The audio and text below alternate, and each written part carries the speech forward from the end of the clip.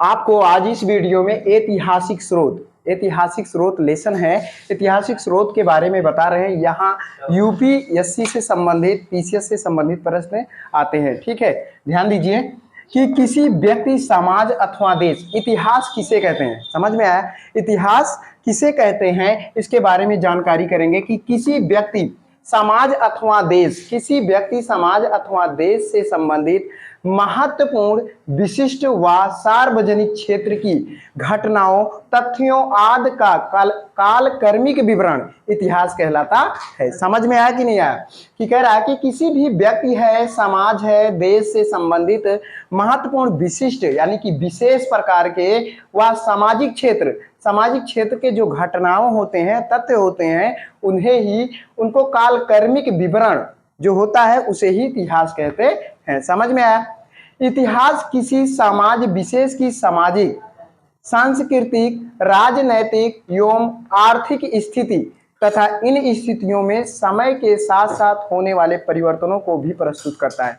इतिहास जो है भैया, सामाजिक, सांस्कृतिक और राजनीतिक तथा आर्थिक इन स्थितियों में समय के साथ साथ जो परिवर्तन होता है उसको भी प्रस्तुत करता है। जो परिवर्तन होता है उसको भी प्रस्तुत करता है। समझ में आ रहा है ना? फिर उसके बाद क्या है? पुरातात्विक स्रोत। पुरातात्विक साक्ष्यों के, पुरातात्विक स्रोत किसे कहते हैं? जैसे कि साक्ष्य होता है ना, उसी को पुरातात्विक साक्ष्यों के अंतर्गत, साक्ष्यों के अंतर्गत क्या आते हैं? अभिलेख आते हैं, सिक्के, स्मारक, भवन, मूर्तियां, पर वर्तन यानी कि बर्तन आदि शामिल किए जाते हैं। ठीक है, पुरातात्विक साक्ष्यों के अंतर्गत भवन आते हैं, मूर्तियां आती हैं, अभिलेख आते हैं, सिक्के होते हैं, बर्तन होते हैं आदि, इन लोगों को शामिल किया जाता है। किसमें शामिल किया जाता है? पुरातात्विक साक्ष्यों में। समझ में आया? अधिकांश पुरातात्विक साक्ष्य जो है प्राचीन टीलों की खुदाई से प्राप्त किए जाते हैं। जो अधिकांश क्या है? पुरातात्विक साक्ष्य हैं वो किससे प्राप्त होते हैं? टीलों की खुदाई से प्राप्त होते हैं। बात ये होती है कि टीला किसे कहते हैं? टीला किसे कहते हैं भाई? टीला धरती की सतह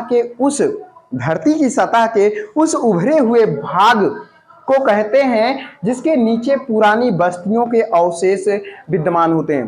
ठीक है, मतलब कह रहा है कि टीला धरती के सतह के उस उभरे हुए भाग को कहते हैं जिसके नीचे जो है कुछ बस्तियां दबी होती हैं। ठीक है, बस्तियां दबी होती हैं, जैसे पुरानी बस्तियां हो गई, खंडहर हो गया, यानी कि वो घर हो गया, गिर गया और उसके बाद जो है वो ऊंचाई पर बन जाता है, मिट्टी ऊंचाई पर बन जाता है, उसी को टीला कहते हैं। ये कई प्रकार के हो सकते हैं। इनका एकल सांस्कृतिक, दूसरा मुख्य सांस्कृतिक और बहुसांस्कृतिक, यानी कि टीले के कई प्रकार हो सकते हैं। 3 प्रकार से हो सकते हैं कि एकल सांस्कृतिक, मुख्य सांस्कृतिक और बहुसांस्कृतिक। समझ में आया कि नहीं आया?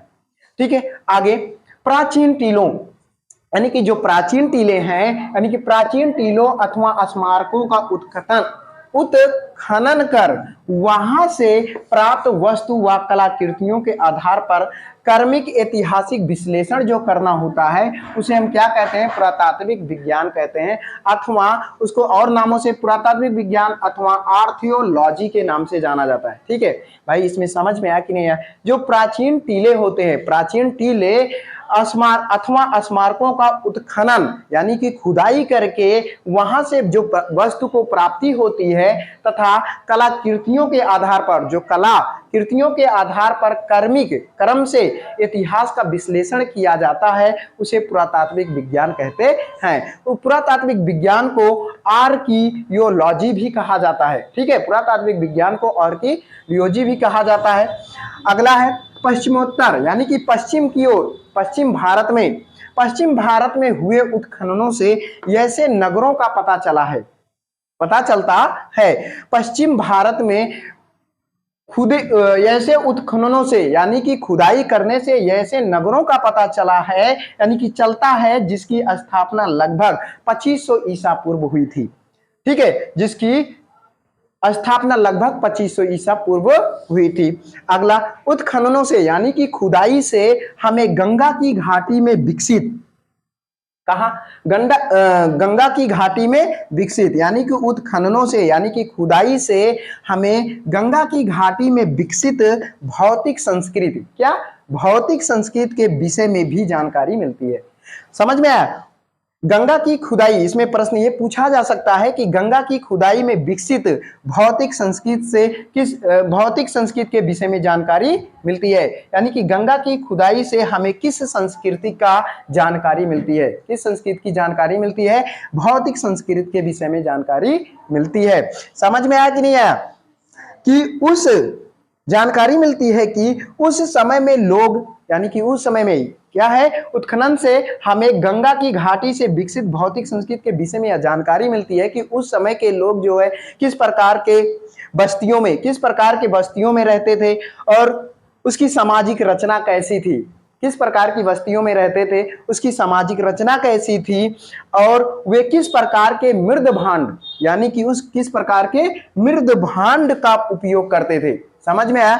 मृद भांड का उपयोग करते थे, किस प्रकार के घरों में रहते थे और कैसे, किस प्रकार के घरों में रहते थे और भोजन के लिए किस अनाजों का प्रयोग करते थे, भोजन खाने के लिए यानी करने के लिए किन अनाजों का उपयोग करते थे और किस प्रकार के औजारों तथा हथियारों का प्रयोग किया करते थे।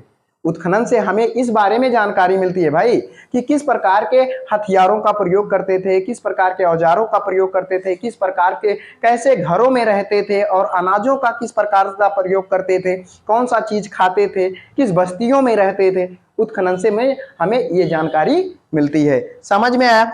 बात आ गई दक्षिण भारत के कुछ लोग क्या करते थे, मृत व्यक्ति के शव, यानी कि जो आदमी मर जाता था और उसकी जो लाश होती थी, वो शव होती थी, उसको क्या करते थे, उसके साथ में औजार, हथियार, मिट्टी के बर्तन आदि को दफना देते थे, कब्र में दफनाते थे। समझ में आया? कि भाई दक्षिण भारत में बात हो गई कि दक्षिण भारत में क्या होता था, दक्षिण भारत में कुछ लोग जो होते थे मृत व्यक्तियों के शव के साथ जो है औजारों को, हथियारों को तथा बर्तनों को, ठीक है, मिट्टी के बर्तनों को उनके साथ में दफना देते थे तथा कब्र में दफना देते थे तथा उसके ऊपर एक घेरे में बड़े बड़े पत्थर खड़े कर देते थे। जब उसको दफना देते थे उसके मतलब कि ऊपरी आगे पीछे जो है क्या करते थे, पत्थरों को लगा देते थे। ठीक है, ऐसे स्मारकों को कहा जाता था, महापाषाण कहते थे। ऐसे स्मारकों को जो दफना देते थे, ऐसे स्मारकों को क्या कहते थे, महापाषाण कहते थे तथा उनको एक नामों से और जाना जा सकता है, मेगालिथ।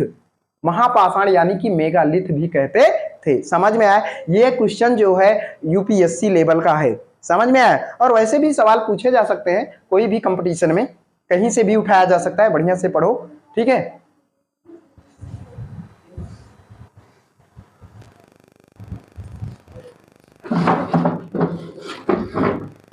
आगे उसके क्या है कि किसी प्राचीन वस्तु में विद्यमान कार्बन 14 में आई कमी को मापकर उसके समय का निर्धारण किया जा सकता है। अब बात बताइए किससे मापा जा सकता है? C14 में आई कमी को मापकर उसके समय का निर्धारण किया जा सकता है। समझ में आया? अगला क्या है, मेन टॉपिक है रेडियो कार्बन डेटिंग एक ऐसी विधि है।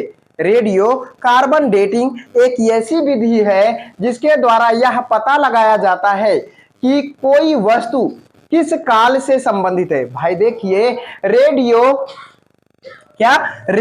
कार्बन डेटिंग मेन है। रेडियो कार्बन डेटिंग एक ऐसी विधि है जिसके द्वारा यह पता लगाया जाता है कि कोई वस्तु किस काल से संबंधित है। रेडियो कार्बन या कार्बन 14, रेडियो कार्बन या कार्बन 14, कार्बन C14 जिसको बोलते हैं C14, कार्बन का रेडियोधर्मी या रेडियो धर्मी को हम क्या बोल सकते हैं? कार्बन का रेडियो एक्टिव भी बोल सकते हैं। ठीक है। समस्थानिक को क्या कहते हैं? आइसोटोप है जो सभी सजीव वस्तुओं में विद्यमान होती है। समझ में आया? कार्बन 14 C14 कि कार्बन का रेडियो एक्टिव जो है वो समस्थानिक आइसोटोप है जो सभी सजीव वस्तुओं में विद्यमान होती है। समझ में आया? सभी सजीव वस्तु यानी कि जिसमें जीव पाया जाता है विद्यमान होती है। रेडियो कार्बन डेटिंग विधि से पता चलता है, ठीक है, पता चला है कि राजस्थान और जम्मू कश्मीर में, भाई देखिए, रेडियो कार्बन डेटिंग विधि से यह पता चला है कि राजस्थान और जम्मू कश्मीर में कृषि में किसी का प्रचलन लगभग, कृषि में, समझ में आया, कृषि में कृषि का प्रचलन, कृषि में कृषि का प्रचलन लगभग जो है 7000 से 6000 ईसा पूर्व में भी था। किससे पता चला? यानी कि 7000 से 6000 ईसा पूर्व कृषि का प्रचलन किससे पता चला? रेडियो कार्बन डेटिंग विधि से पता चला। समझ में आया? यह पता चला कि राजस्थान और जम्मू कश्मीर में कृषि का प्रचलन लगभग 7000 से 6000 ईसा पूर्व में भी था। पौधों के अवशेषों का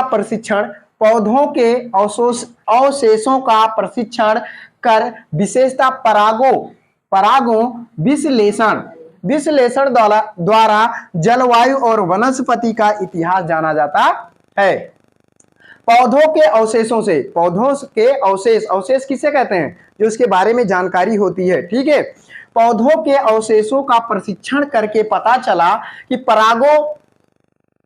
प्रशिक्षण कर उसकी विशेषताओं के बारे में परागो विश्लेषण द्वारा जलवायु और वनस्पति का इतिहास जाना जाता है। जलवायु और वनस्पति का इतिहास जाना जाता है। समझ में आया? अगर वीडियो अच्छी लगी होती, ये क्या कहते हैं, एक कमेंट करके सपोर्ट कीजिए और ज्यादा से ज्यादा चैनल